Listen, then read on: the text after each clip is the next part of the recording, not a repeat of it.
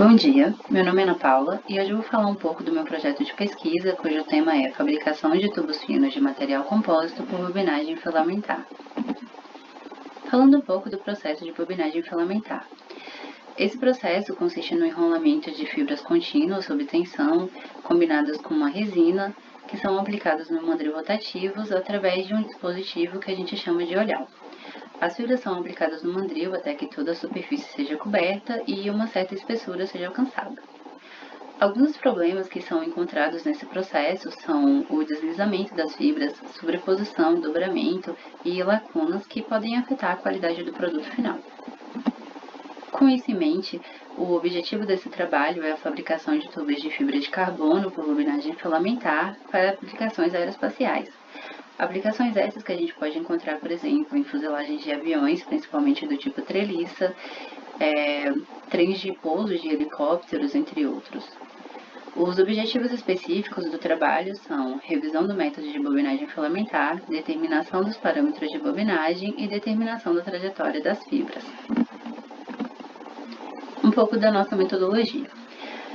Para iniciar o entendimento do processo de bobinagem filamentar, o principal é a determinação dos parâmetros de fabricação.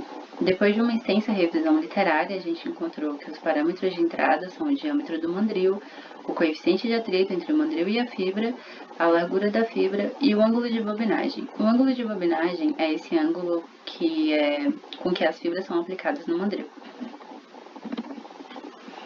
Depois de determinar os parâmetros iniciais, a gente consegue definir a trajetória geodésica. A trajetória geodésica é uma abordagem utilizada para evitar os problemas mencionados anteriormente, principalmente o deslizamento da fibra. Aqui na imagem a gente pode ver um exemplo do que pode acontecer. Quando o olhal chega na extremidade do mandril e começa o ciclo de volta, a fibra, quando está aplicada em uma certa angulação, pode acabar deslizando ao longo da superfície. Para evitar isso, a gente precisa aplicar a fibra no ângulo de 90 graus. Dessa forma, a gente usa todo o equacionamento de trajetória geodésica para definir uma variação do ângulo de bobinagem em função do comprimento do mandril. Essas áreas de transição de ângulo de enrolamento a gente chama de flanges. Aqui a gente pode ver um exemplo em que o ângulo de enrolamento passa de 45 graus até 90 graus.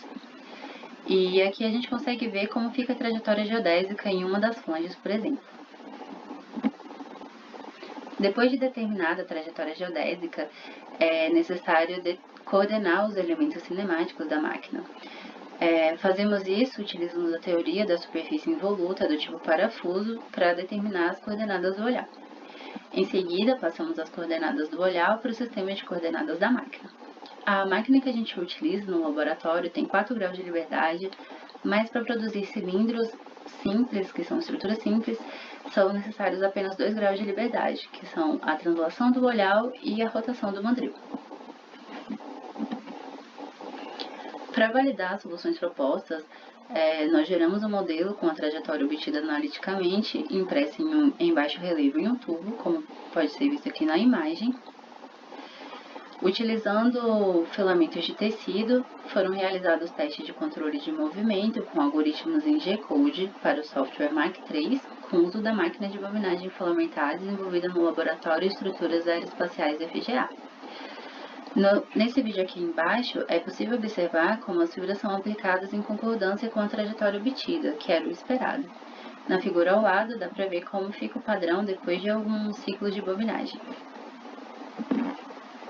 Bem, finalizando, os objetivos iniciais do trabalho foram alcançados, uma vez que foi possível determinar a trajetória das fibras, conhecendo os principais parâmetros do método de fabricação, e como mostrado, foi possível realizar a aplicação das fibras com alta acurácia.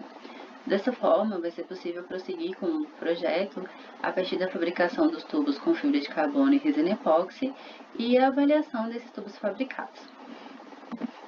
Muito obrigada pela atenção.